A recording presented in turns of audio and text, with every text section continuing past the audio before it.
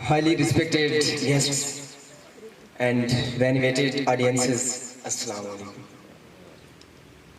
Today, the topic of my speech is the politics of the Holy Prophet, peace be upon him, for establishing an exemplary polity. Sir, may I refer to the famous advice of the Holy Prophet, peace be upon him, to his followers, individuals, and nations on adopting the divine attributes. His exhortation is collective, but compliance first has to be made by each individual in his soul. When quite a few people with divine attributes live together, they form an ideal society of Islam. All prophets, especially the supreme and the lost, preached and worked to establish such a society as a model for all times and for all peoples, anywhere and everywhere.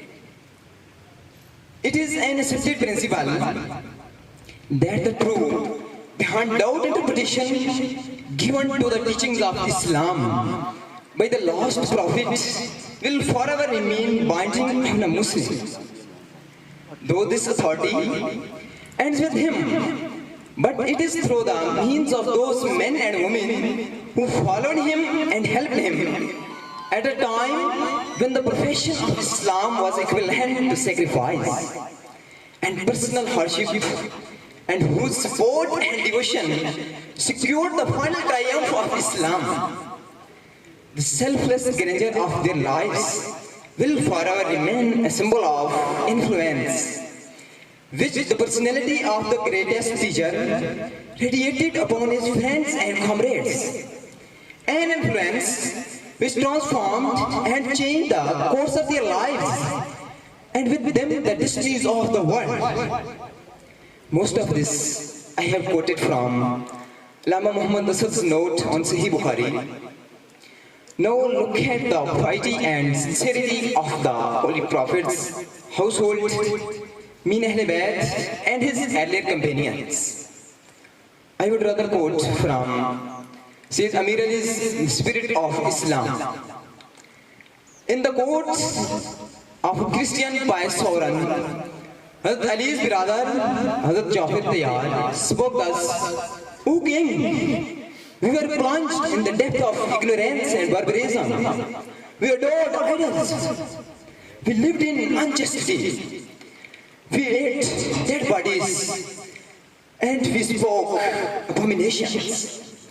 We disregarded every feeling of humanity and the duties of hospitality and neighborhood. We knew no law but that of the strong, when God raised among us a man of whose worth, truthfulness, sincerity, purity, we were aware. And he called us to the unity of God and taught us not to associate anything with him. He forbade us the worship of idols and enjoined us to speak the truth, to be faithful to our trusts, to be merciful, and to regard the rights of neighbors.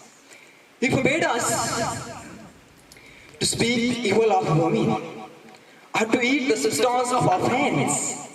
He ordered us to fly from vices and to abstain from evil, to offer prayers, to render alms, and to observe the fast.